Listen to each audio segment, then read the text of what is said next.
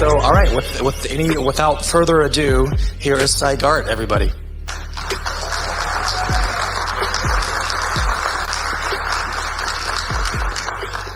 Thank you. Before I start, I just want to get a little survey. How many people here have PhDs in biochemistry? Great, so I can say anything I want. That's perfect. Okay, very good. Okay.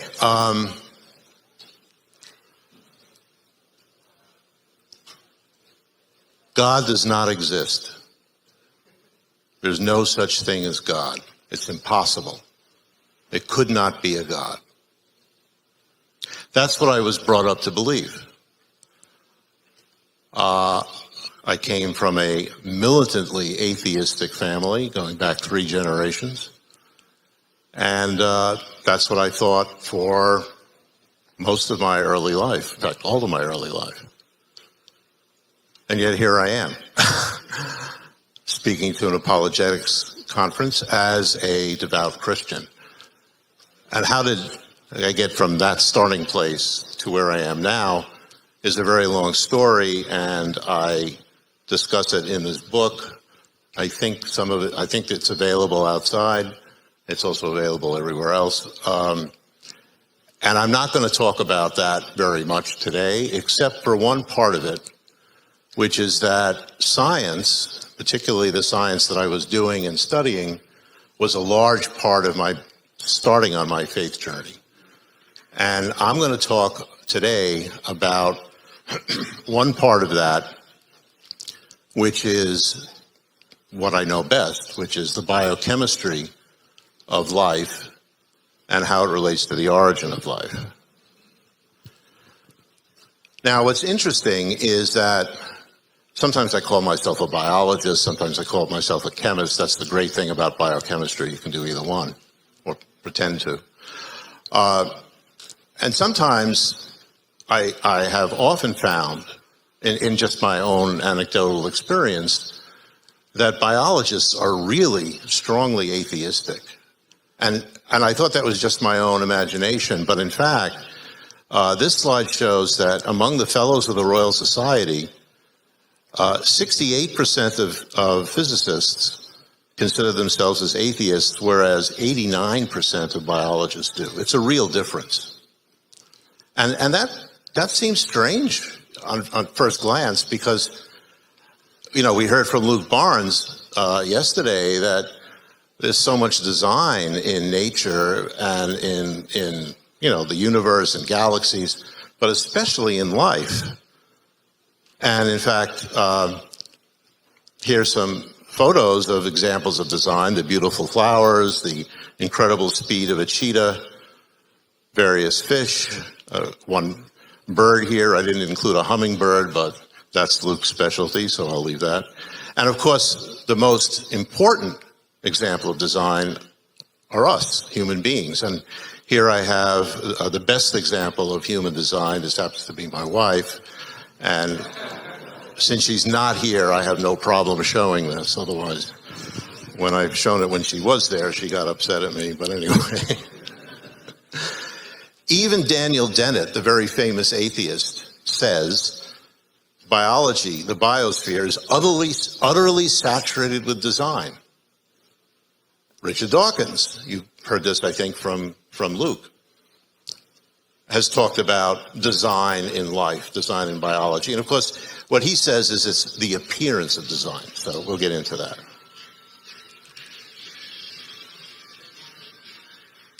So the question is, if there is so much design in life, if it's so obvious and so universal, how could it be that biologists are so ungodly? Why don't they make the connection? There's so much design. And the answer is very simple. Evolution. And of course, it was also Dawkins who said that evolution allowed atheists to be intellectually fulfilled or something like that. Because it allows, according to him, it allows people to become atheists because with evolution they have an explanation for all these things in life that seem to be metaphysical before evolution. So what we have now is a question about what is the source of all this design in biology. And as I said, the first one up there is evolution, and that's what almost all biologists will tell you, and many other people. And what we see as design is simply the result of natural selection, with no purpose other than survival and reproduction. The elimination of purpose from biology is a key tenet in modern biological philosophy. Of course, there's also a view, and of course you all know about intelligent design, that these complex designs could not have resulted from blind random chance and were deliberately designed by an unknown intelligent agent. And very similar to that, but going a little further, is the idea of a divine being. Life's design requires far more than mere intelligence. This is my own idea. I haven't found a quote for it. They are indicative of a divine agent, God, who used evolution as one of his tools for creation to some extent. So let's go into this in a little bit more detail. Now, you've already seen this. Luke Barnes presented it. It's something that almost all scientists who are Christians, don't like. The universe that we observe has precisely the properties we should expect if there is at bottom no design, no purpose, no evil, no good, nothing but blind, pitiless indifference. Very pleasant quote. So we're left with this idea that life has design without a designer. And here's another quote from Dawkins. And here's where he says that it's an illusion of deliberate design. It looks like design, but that's an illusion. And some people go further and look at some of the specifics of life. For example, DNA and the genetic code. In 2017, Stephen Woodford, Rationality Rules, made a video in which he said that DNA code is not a code because it isn't interpreted by anything. It's a set of rules and instructions that follow the physical laws of nature. That sounds very nice, but I have to caution you that Stephen Woodford is not a scientist, and he's certainly not a biologist. And in that video, he makes a lot of basic scientific errors. But I'll get back to this a little later. So now let's ask this really important question. Is it true that evolution is really atheistic? If you hold to evolution, does that mean you are an atheist? Actually, the answer is no. Evolution has nothing to do with any kind of metaphysical or philosophical or spiritual issue. It's a biological scientific theory, and it only relates to the biology that we know, starting with the last universal common ancestor, Luca, and I believe ending just before the origin of humanity. Evolution deals with the diversity of life, and this is very important, but cannot contribute to the origin of life. And that is universally recognized from Darwin to Dawkins and everyone else. Darwin did not talk about the origin of life. He had a brief paragraph speculating what might have happened, but of course he had no idea, and we still have no idea. You've heard this from some of the great work that James Tour has done, that this idea that we're close to understanding the origin of life is simply untrue. And I also like to say that evolution not only doesn't explain the origin of life, it really doesn't say very much about us. There are ideas, stories that float around about consciousness, creativity, love, everything that makes us human. But those are just stories. There's no evidence behind any of them, and there's no mechanism, there's no scientific mechanism by which biological evolution can produce somebody who composed Beethoven's Fifth Symphony. It just doesn't make sense. Well, let's look at evolution a little more carefully, and we'll see why this is a real problem. When you ask almost everybody, and it's very common, what is evolution all about? They'll tell you it's based on two things. The first is genetic variation, so mutations in the DNA, changes in the DNA, and that genetic variation is translated into phenotypic variation, and that the phenotype just means everything about an organism. Okay, so your height is your phenotype, so are all the chemical reactions that go on in your body. And the other thing it depends on is natural selection, which is how good is that phenotype in helping you survive and helping your offspring survive. And speaking of offspring, there's actually a third critical component of evolution that is almost never mentioned, but it's just as important as these two. And that is accurate inheritance of the phenotype to future generations. And this is what I'm going to be focusing quite a bit on.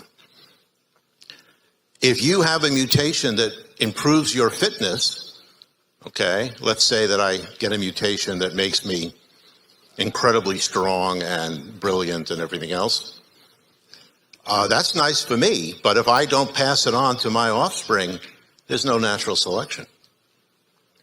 Because natural selection happens over time. Time being many generations.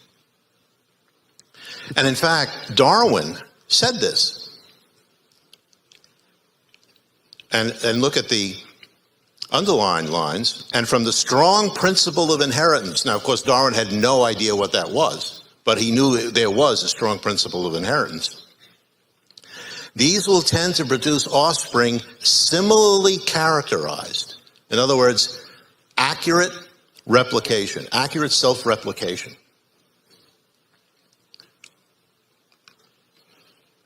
Now that strong inheritance, well, I just said that, requires accurate self-replication. Now what do I mean by self-replication? Well, let's take a look first at this illustration of the reason that you need accurate inheritance in order to get evolution. Let's say we have a population of giraffes on the left of different heights.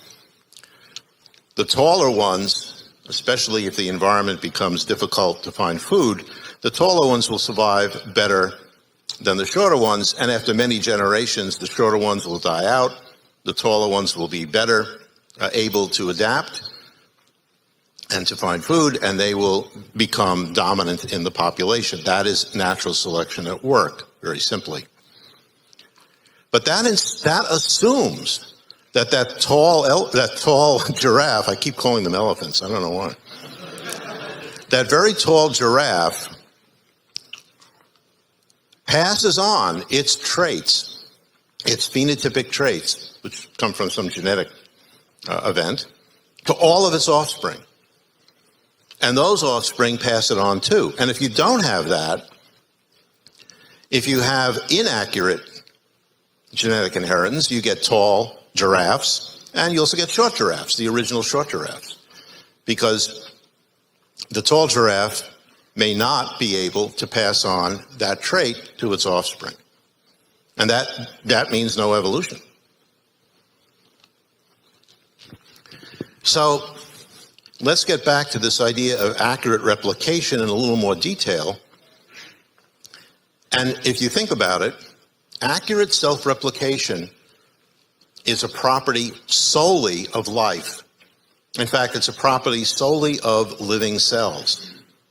Nothing in the non-biological world is capable of self-replication. That sounds extreme, but let's take a look. Let's say you see a house that you really like, and you want to build a replica of it, because you want the same house. You could do that. You could hire a contractor, a few contractors, and you could replicate everything about the house, the walls, the ceilings, the electrical system, the plumbing system. And let's say you like the house so much that you even like what's inside it, the furniture, the books, the paintings, everything that's in the house. So you want to get a complete, accurate replica of every part of this house. Again, it's possible to do that. But one thing you can never do is find a house that will replicate itself. Okay, now people talk about self-replicating factories, they talk about self-replicating robots. So far we don't have them. They may be theoretically possible, but they also may not be. Because one of the things you'd have to do if you were a house that was self-replicating is you'd have to find all the materials you need and bring them in so that you could use them. That's pretty tricky. On the other hand, when we look at biological reproduction, this is a cell, we find that the replication, this is a cell that has divided in two, is incredibly accurate. It's accurate to 99.9999%. What that means, all the contents of the cell are accurately replicated. How does that happen? I mean, we're talking about thousands, hundreds of thousands of enzyme and protein molecules, membranes, organelles, so many constituents in a cell, million times more than what you have in a house. Well, the first thing that comes to mind is this incredibly high level of accuracy in biological self-replication. It couldn't have just occurred. And in the breakout session, I'm going to talk about in much more detail about why it couldn't have occurred spontaneously. I'm going to talk about the actual way that this happens using the genetic code and protein synthesis and several other biochemical systems. And normally when we look at something really complex in biology, what we say is, well, it evolved over time. But you can't have evolution without this self-replication. Okay, as I just said, accurate self-replication is required for evolution. So evolution cannot be required for accurate self-replication. And so what we end up with is a circular reasoning fallacy. And here are the two statements I just made. Both, the chicken needs the egg and the egg needs the chicken. And this is absolutely true in this particular case. Now, one part of this I'm going to talk a little bit about only one part here, which is the coded information in DNA. Again, I will expand on this in the breakout. And that is related to the genetic code, which really is a code, by the way. This is the genetic code. You can find it easily. What you see are letters, T, C, A, and G. They stand for the 4 nucleotides in DNA. Again, this will be expanded on in the breakout. And you see every possible set of these 4 letters, and since they're grouped in groups of 3, there are 64 possibilities. And most of them code for specific amino acids, which are the other 3 letters in bold. The genetic code is an example of abstract symbolic information. Now, if anyone feels faint at seeing this chemistry on here, just take a deep breath, look away. It'll be over soon. I'm not going to have any more of this, but I can't resist. What you see on the left is a codon. It's, again, more detail later. It's a tiny section of DNA, and it is 3 bases, one after the other.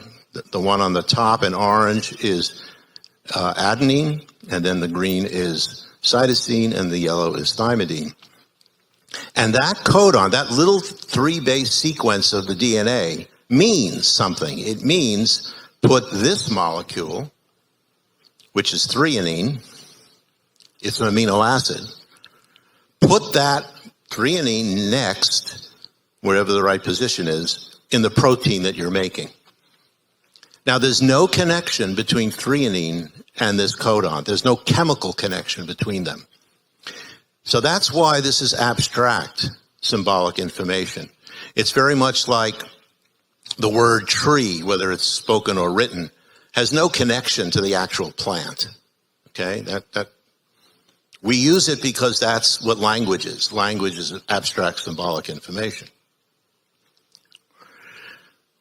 Now here's two quotes from the two main standard textbooks in molecular biology that's used in every graduate school.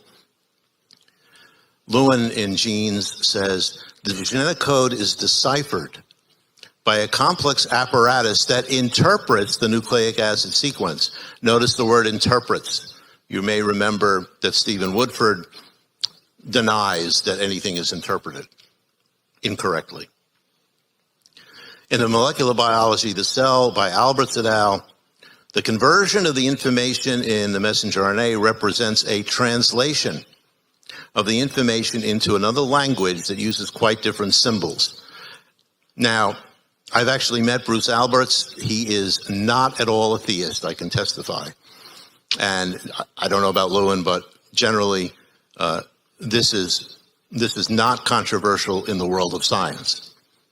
I still don't know where this crazy idea that the genetic code is not a real code came from, but I'm trying to find out.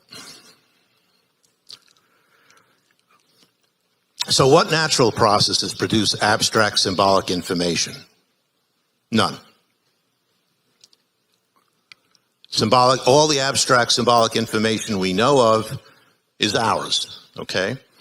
And I mean, we are natural beings, but other than that, nothing else produces this kind of information.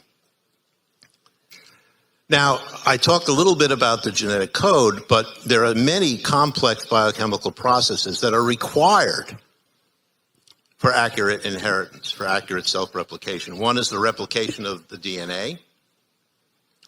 One is the protein synthesis, according to the genetic code, and I will, in the breakout, I have some animated videos that kind of I think will be impressive. There are error correction systems all over the place. In DNA, in protein synthesis, there's a huge amount of error correction, and genes are regulated. But none of these complex biochemical systems, all of which have to be in place in order for evolution to work, we don't know the origins of any of them. The first cell that we understand, which is Luca, the last universal common ancestor, has all of these systems already in place, and we don't know where they came from. So it doesn't really matter about evolution. It's not an important argument, because evolution is not relevant to any of this. So you can hold to evolution, you can deny evolution, it doesn't matter. The argument for God from biology has to do with origins. The origins of biology, the origin of evolution, in fact. So if it's true that evolution cannot account for the design of the earliest life, what can? Well, what's generally proposed is a different kind of evolution, not Darwinian evolution, not natural selection, but something called chemical evolution. And I have to tell you that just before this meeting started, I actually met with James Tour outside, and we talked about this, and he confirmed what I thought is that chemical evolution is a very recent term that doesn't have much of a meaning. What it really relates to is that things can happen because simply due to chemical properties of various molecules, their stability, their whether they get hydrolyzed, whether they interact with other compounds or not. It's very, very weak. And there are many people studying this, but they're not getting very far.